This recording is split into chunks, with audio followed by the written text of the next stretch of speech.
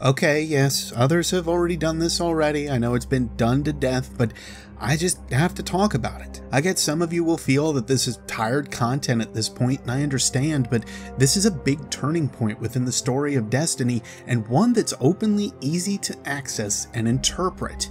Due to this, I want to hear from all of you on this concept as well, because as you guys have kindly reminded me from these new poll systems that we have over on the channel, our opinions, ideas, and interpretations can alter from person to person. With this being a new chapter of a game in a world that I love, let's drop into some spoiler-heavy territory and look into some of the opening and closing sequences of Destiny 2. Just spoilers again, by the way. Did I mention spoilers? I think they're spoilers. We're going to start from the moment you press X, or A, or start? No, I can't call that anymore because we don't call it a start button, and they got rid of select even too, but there's no start button, so what button do I... I never knew you in life.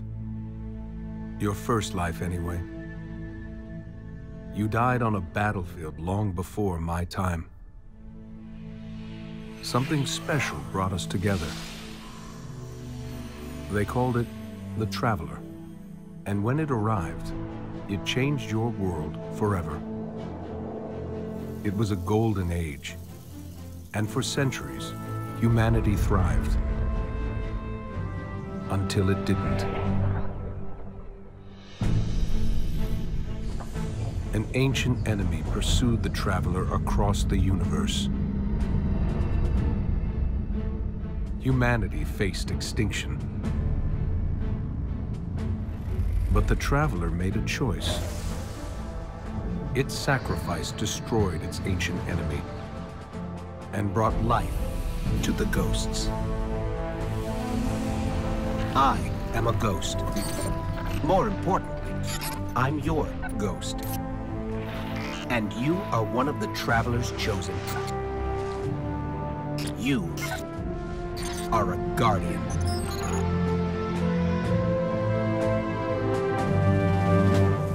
This is your destiny. I think what I'm trying to point out here is kind of obvious, but in case you missed it, was it just a design choice for Bungie to change Nolan North's voice over the course of this cutscene, or is that intentional? I'm really not sure what to say of this, other than I'm just gonna let it happen for now until we end up hearing more about it. Seriously, the implications here that a ghost may have been a real person before they were a ghost? Even then, if not that far, then just the way that they have Nolan talk before going ghostified, it really makes me think that he's a consciousness inside of the Traveler. This opens up doors upon doors of how ghosts are formed, or what the Traveler is able to store within itself. Oh yeah, and all the Rasputin theorists that are out there will probably need to rewrite your theories on if Rasputin actually did shoot the Traveler down or not. Ghost tells us in the opening that it willingly sacrificed itself to destroy the darkness, or at the least push it back. But more on this later and how it makes a bit more sense.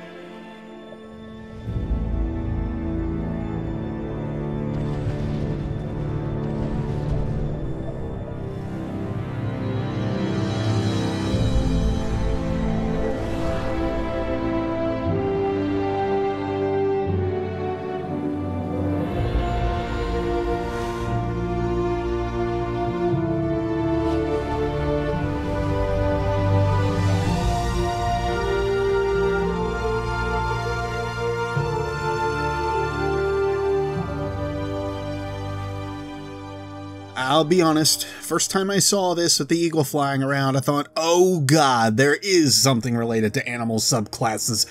What is going on? Thankfully, just to keep things simple, it's just a visual aid. Whew.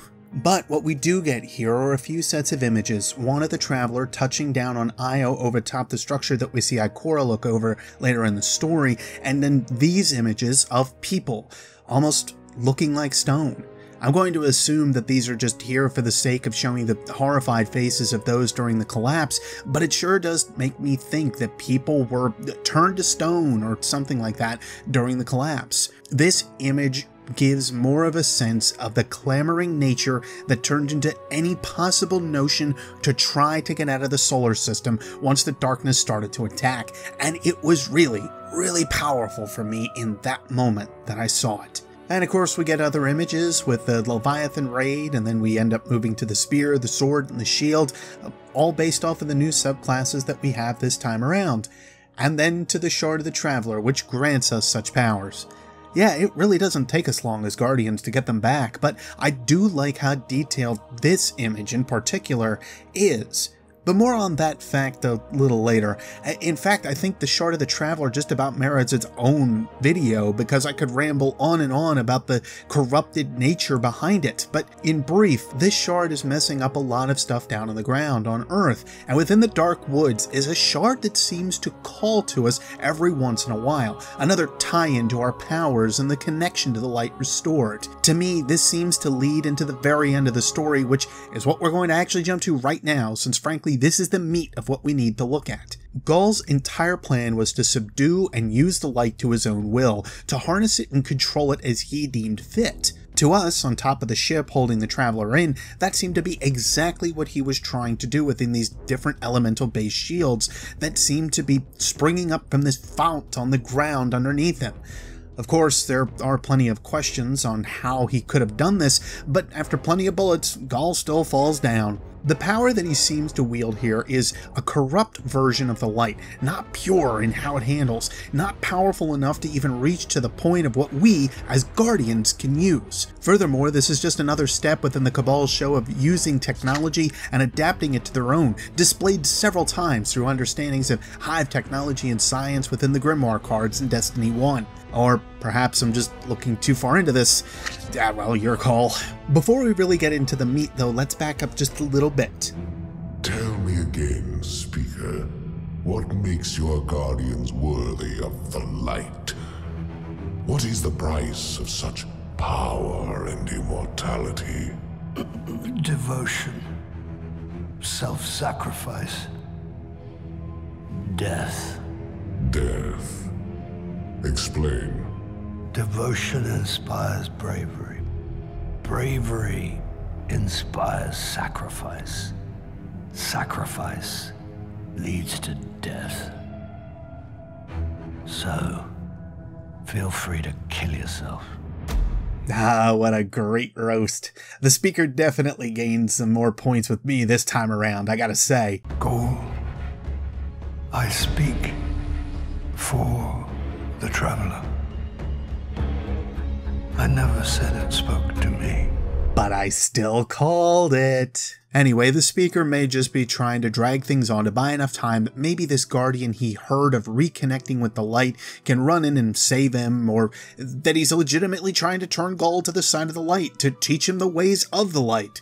Whichever your interpretation, Ghaul has definitely been fixated with the ideas of the Speaker and the ideas that he has presented. For Ghaul, there's only one thing that he's missing to claim the light, and that's death. He meets us outside on the battlefield, outside the Traveler, for those final moments.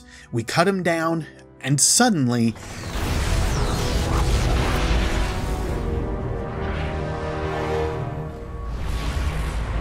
I'm getting Taken King flashbacks here. Did Ghaul just pull an Oryx? Like seriously, he's got the wings and everything. Oh right, darkness and light kinda being similar and all that. Yeah, that's just a bone-headed theory.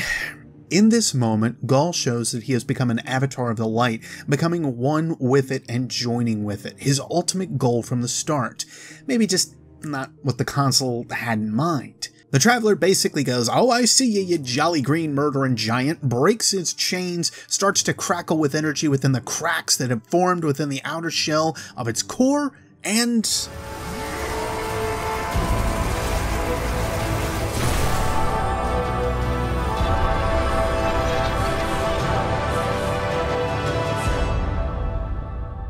what a light show. Of course, in this black space, between what was going on and the loading screens and everything, I was left to question what I just saw.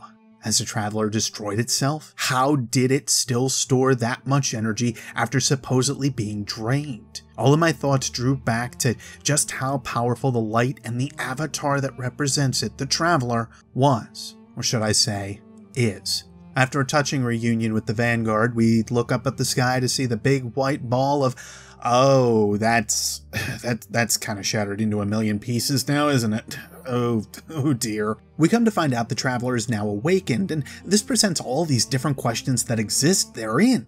Could we create new Guardians again? Are new ghosts able to be realized? Could old faces from the past be revived from the awakening of the light once again within the city? Here it is, alive, awake, pulsing with power and light from all of the earth and beyond to see, to remember just how powerful this big ball of light can be.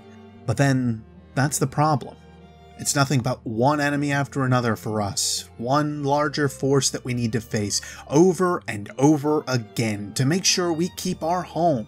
All we want is our little portion of the galaxy, and then perhaps to reach out to those willing to hear us, to explore anew, as humanity is generally good at doing, but here, most likely billions of miles away from our solar system and within a near heartbeat of the Traveler seemingly awakening again.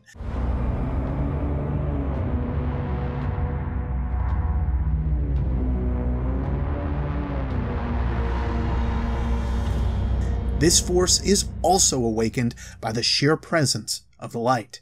Before we get to this last major point, I wanted to point out something with the Traveler.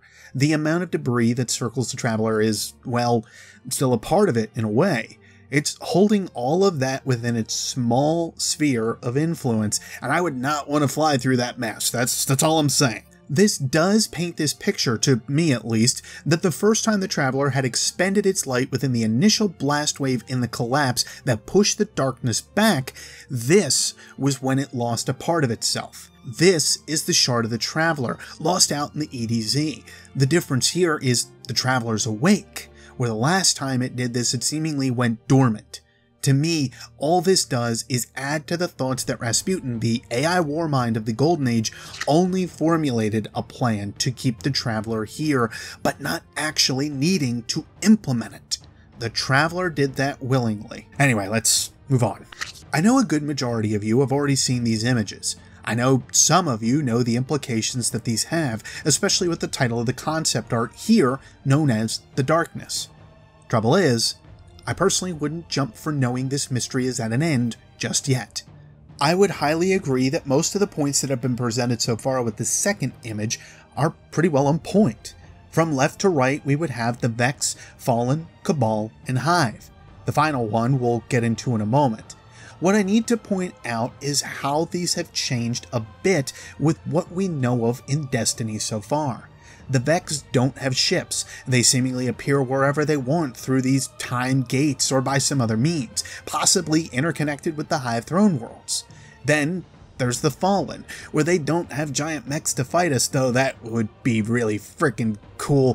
Bungie, can we put that in? They have changed to using spider tanks, so I guess that's the trade-off, but all the same, it's to demonstrate that this art, its base concept, has changed. So too could the last image, where we see these triangle shapes on the left indicated in Race 5. You were probably screaming at your screen a bit when I didn't cover the triangles earlier, but let's look back a bit. The triangles are all over Destiny's imagery. We see them early on with a large point seemingly covering the Traveler in the start of Destiny 2, to dozens of these pyramids floating down in the water through a later scene, and then here again at the very end.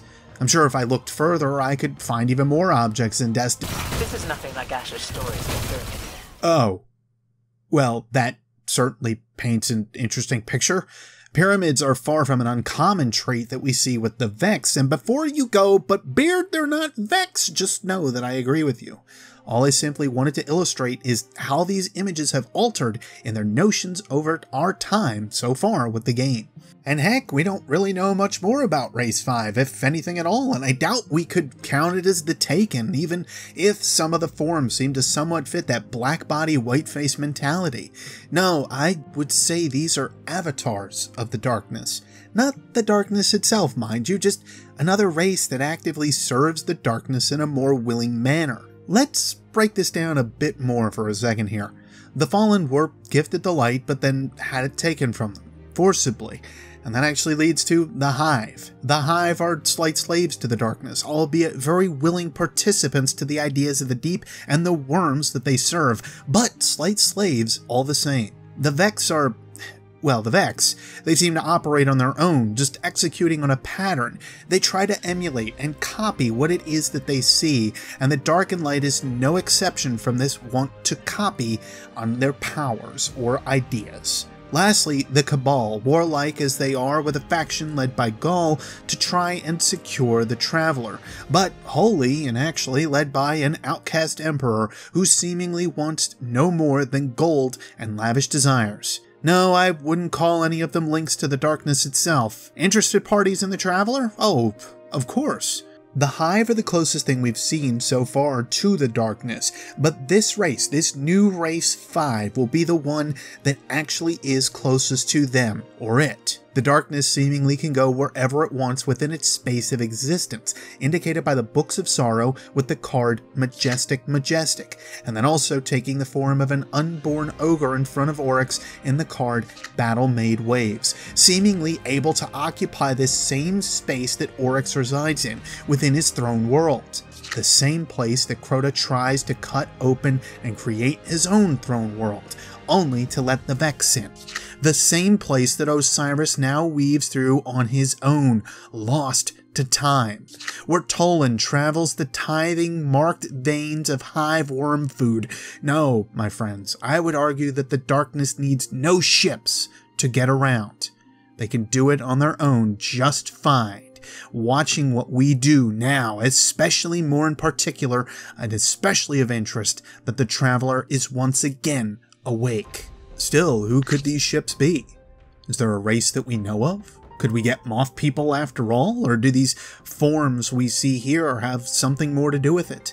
Is it a race that we've seen already within the Books of Sorrow and have been adapted and brought back from whatever they may have been throughout the galaxy or the universe, now traveling to track down the Traveler just like the Fallen? In either case, with the sheer distance that these ships seem to need to travel, I doubt we'll get our full answer within any iteration of Destiny 2, or at least with the upcoming content we'll have in the near future. In either case, I think that'll about do it for me. There's plenty more that we need to look at within Destiny 2, and before I get even more existential and get lost in my waves of thought, I'll turn it to the rest of you guys. As always, my spoken voice is only ever an opinion, and as is said by David Hume, truth springs from arguments among friends. I'm willing to listen to you guys on any of the topics I present, so let me know in the comments below. If you're not sure what to say, however, you can always just leave the phrase, "the journey," just to signify what we've done so far within this chapter that we have, with new stories and adventures on the horizon. Subscribe to hear more from me with the bell for notifications, like or dislike as a quick knowing of how I did, but if nothing else, I thank you for listening to my thoughts and ideas. I can only ever be Beard Grizzly, and I'll see you next Spacetime Guardians. There's so much of it to cover. Take care.